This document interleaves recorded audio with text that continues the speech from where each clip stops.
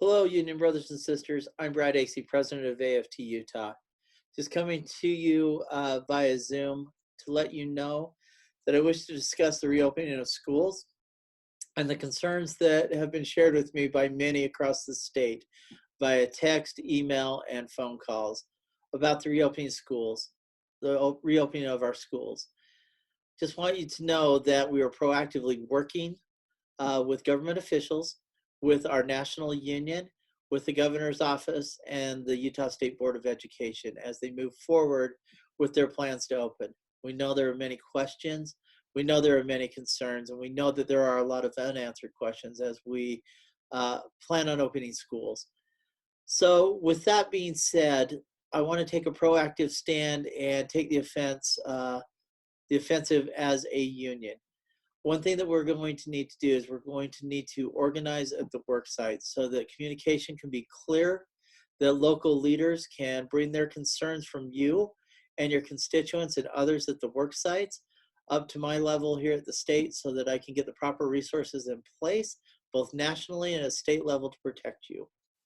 So to do that, I formulated a plan that I wish to share for you. So I'm going to share my screen with you and we'll move forward with what I'm proposing.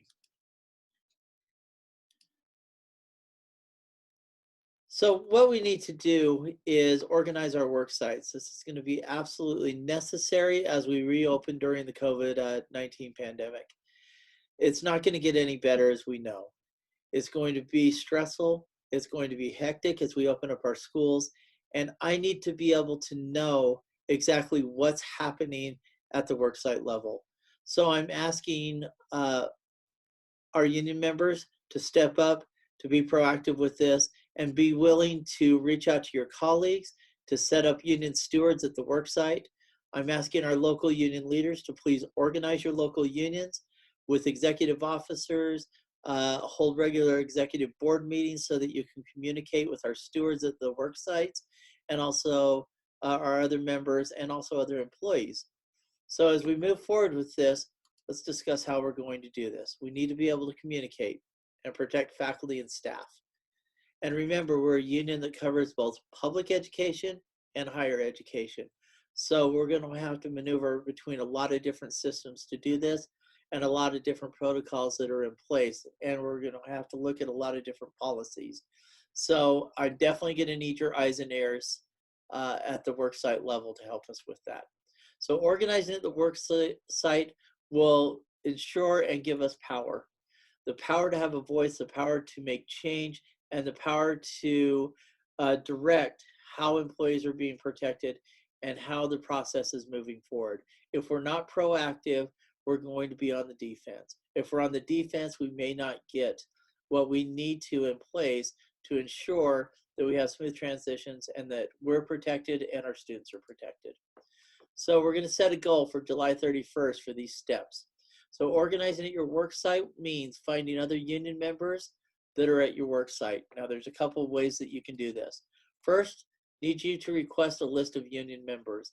If you don't know your local union leaders and you don't know their contact information, please contact me at AFT Utah and we'll give you that information, or we can give you a list.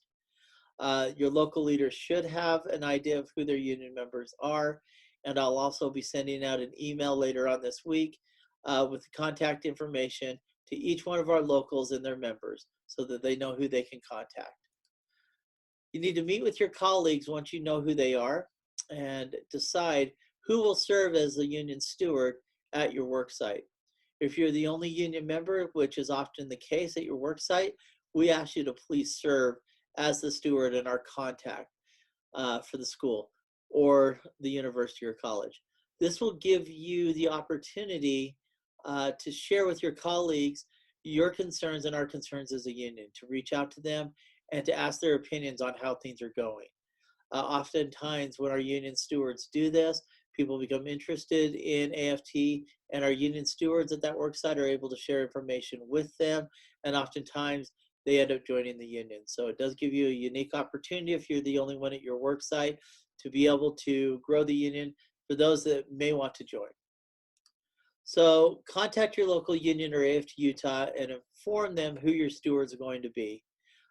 So once you've decided that, what we'll need from you, stewards, is we'll need your name, we'll need an email address, and we'll need a contact phone number. That could be your home phone, but we prefer cell phones, especially if you text, because oftentimes texting is a great way to communicate with you, and many people prefer texting. So if we could have that information, you can share that with your local leaders, or you can go ahead and share that with AFT Utah. You can find AFT Utah's contact information on our website at AFT Utah if you do a Google search, or we have an AFT Utah Facebook that has our contact information on that. So what do stewards do?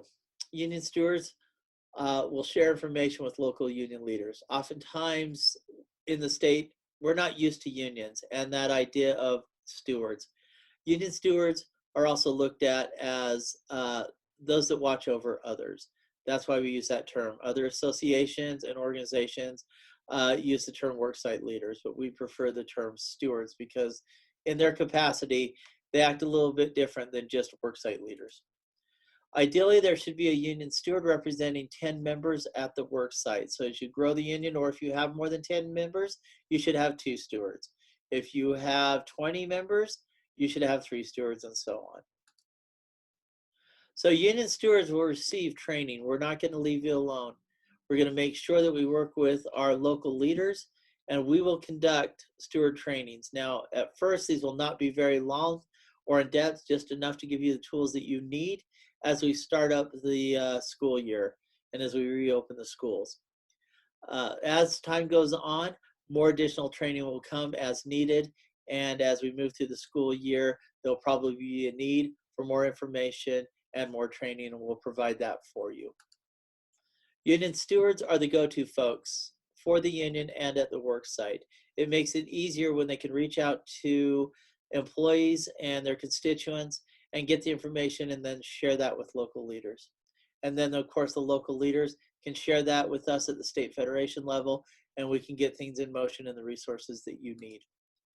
Union stewards will hold quick checkup meetings at the work site for members and non-union members. Oftentimes, these may be weekly, depending on the needs of the work site. So usually they don't take more than 10 minutes, and they shouldn't take more than 10 to 15 minutes. We understand everyone's time is valuable. We want these meetings to be quick. They could even be done through some kind of video chat or Zoom if you have that capability in your schools. If not, we can set that up for you. So these union meetings, these steward meetings and union worksite meetings don't have to take very long.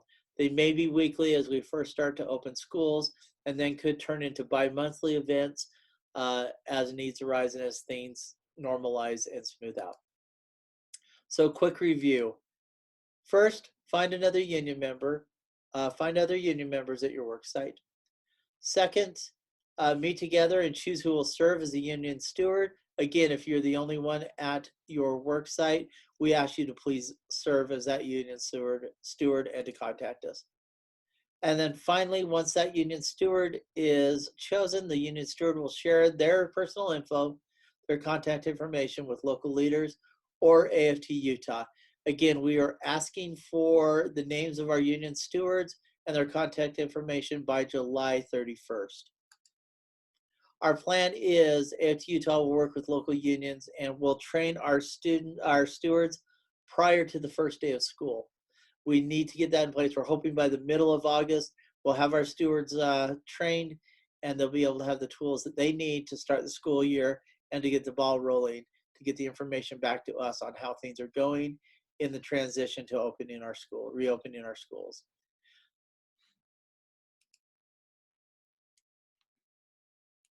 So in conclusion, just want you to know that you are on our minds, you're in our hearts, and we are thinking of you all the time and what your needs are. We're very concerned about the opening of schools. We're very concerned for your safety. I pray for you daily and for your families that you'll be protected, that you'll be watched over. I know that by setting up this system and this structure at our local work sites, that we'll be able to move forward through this. to get the resources that we need. And it's our best way of ensuring that we're protected and being proactive and be offensive, taking the offense on some of these things that are coming up. We can do this together. Thank you so much for your consideration and stepping up to be stewards and to organizing your work sites. This is going to be vital. We can't do it with just a few of us. So let's go forward, and I will be in touch very soon. Thank you so much, and have a wonderful afternoon.